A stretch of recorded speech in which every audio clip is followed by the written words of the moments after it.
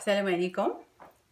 حنا مازال في اطار المعجنات المملحات اللي كيستهلكوا بخصوصا بكثره في رمضان. اليوم غادي نشارك معكم واحد الشوسون بالدجاج بطريقه ايطاليه كيجي زوين بزاف. نوع جديد. اولا غادي نوريكم شنو غنديروا في الحشوه. هادو هما العناصر المهمه ديال الحشوه. عندي صدر ديال الدجاج، عندي مطيشه، عندي شويه القزبره معنوس، ثومه، عندي الحبق بيزو، عندي الملحه والبزار وزعتر والفرomاج باش نعمرو في الاخير، وزيت العود. اولا هو الدجاج غادي ندير له شويه الملح وشويه البزار باش نطيبوه. الصدر خليوه طريفات طوال دي طرونش رقاق وضربوهم بالموس باش يطيبوا لكم دغيا. انا كنستعمل واحد المقله ثقيله فيها الشراطي بحال الشوايه كطيبوا دغيا وكيجي بنين. هذا الزعتر ديال الطياب ايطاليان غادي نديرو فيه. عارفه انا المغاربه يعجبهم الزعتر بزاف. بحال هكا غادي نشرملو شي شويه وغادي نطيبو.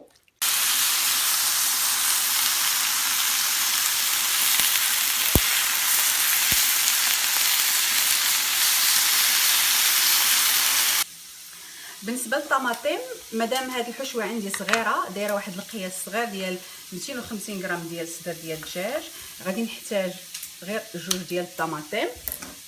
غادي نحيد ليهم هاد الشيء، غادي نحلهم بالموس من هنا هكا وغادي نسلقهم في الماء سخون. غادي نلوحهم في الماء طايب بحال اللي كنديروا الحريره باش تحيد لينا القشره ديالهم بالزربه ويرطابوا شويه. بالنسبه للمطيشه من بعد ما سلقتها كما قلت لكم في الماء تحيد لها الجلده،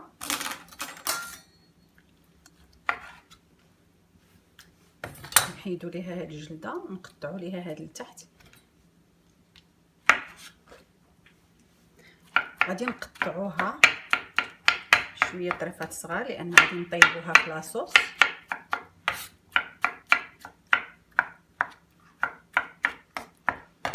عندنا هنايا كاسرونه غادي نديرو فيها زيت العود، ماشي بزاف باش ما نزيتوهاش.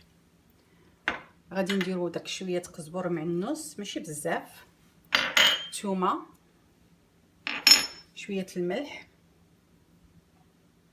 البزار والملح، وشويه ديال زعتر هو اللي غادي يعطيها النكهه بحال اللي في الدجاج. غادي نديرو مطيشه ديالنا هنايا بلا داك الماء ديالها، غادي نطيبها. عندي هنا جوج وريقات ديال الحبق غادي نقطعهم طريفات صغار كي بحال هكا. نقربوا قزبره معدنوس صغار بزاف وغادي نديرهم هنا هما الاخرين. غادي نضيفهم المطيشه ملي نكون كنطيبها. غادي نشحرها مزيان، غادي نشحر هاد المطيشه مزيان ونزيد عليها هذاك الاوريغانو هذا نزيدو في الاخير، ولكن خصني نشحرها وتنشف تجي زوينه.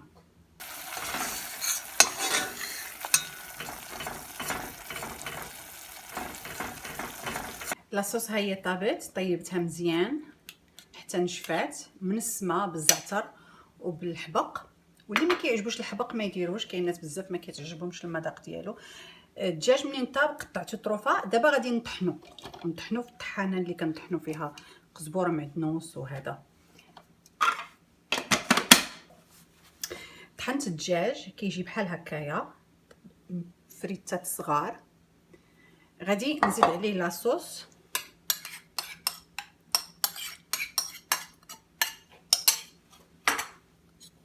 ونحرك مزيان. هاد لاصوص غادي تعطيه واحد النسمه داكشي اللي فيها. ما غادي نزيدو له حتى شي حاجه، واخا يبان لكم هكا ناشف راه ما ناشفش لان غنديروا له الفرomاج. ومني غادي يطيب غادي تجي هي هذيك مزيانه. انا الملح دقت لاصوص لقيتها ما كنديرش الملح في لاصوص، نسيت هاد الفكره ما قلتها لكمش لان ديجا درت الملح في الدجاج ولاصوص ديال المطيشه دغيا كتشد فيها الملح. حتى طيبها قربت نطفي عاد دقتها وزدت ليها شويه ديال الملح. فرماج على حسب شحال بغيتو ديروا. انا غندير هذا القياس ديال 150 غرام. غادي نكتب لكم المقادير منين نسالي ان شاء الله. دابا غادي ندوزو للتعمار ديال لي شوسون ديالنا. انا غادي نستعمل لا بات فويتي. نتوما حرين، اللي عنده شي عجينه كتعجبو كتصدق ليه كيصايب بها لي شوسون او مملحات يقدر يستعملها بحال كاين اللي كيبغيهم كبار قد هكا. انا ما كنبغيش نديرهم كبار لان لا بات فويتي ديجا كتكبر في الفران. غادي ندير هذا الصغير وما غاديش يضيع ليا العجين بزاف، لان غادي نقطعو 3 هكا في السطر بحال هكا. ناخذ السيركل ديالنا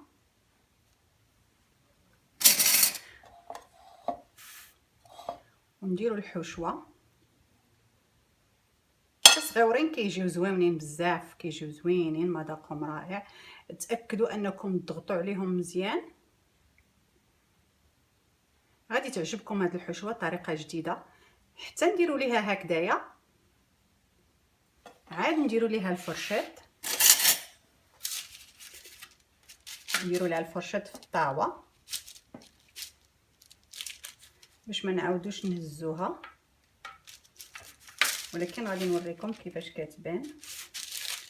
هكذا كتجي مزوقه مقاده. نبعدوهم شويه على بعضياتهم. وضروري هاد الورقه واخا تكون اللاطه ما كتلصقش، ضروري هاد الورقه لاباط فويتي احسن حاجه. نعاودو عاوتاني نصايبوه اون اوتر. غادي ندير الحشوه ديالي هكا كما قلت. ضغطوا عليهم مزيان بيديكم، عاد ديروا الفرشاط. نتوما كتقادوا ليهم لا فورم هكايا. نديروا لها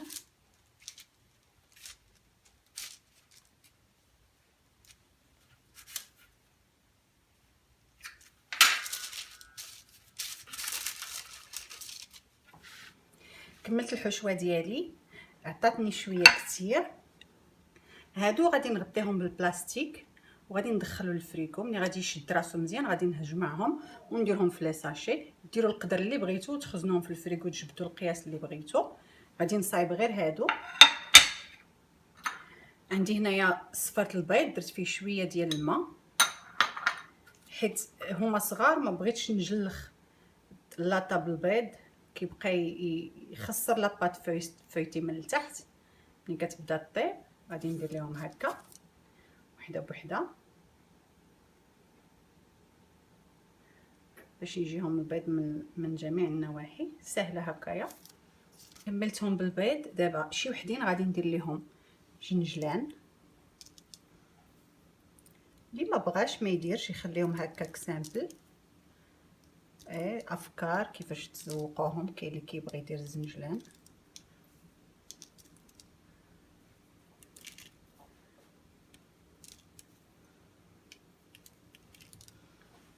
انا غادي ندير ليهم واحد شويه هنايا ديال بابيسيد، حتى هو كيعطي منظر مختلف.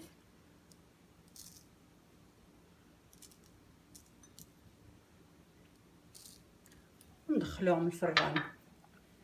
لو شوسون ديالنا ها هما وجدوا، كيبانوا زوينين. البيض عطاهم لمعان زوين وفيهم هذا المنظر ديال الزنجلان. وهذا حاولوا تجربوها لان الحشوه زوينه بزاف، فيها المذاق ديال الزعتر والدجاج وفيها الحبق. غادي تعجبكم ومختلفه.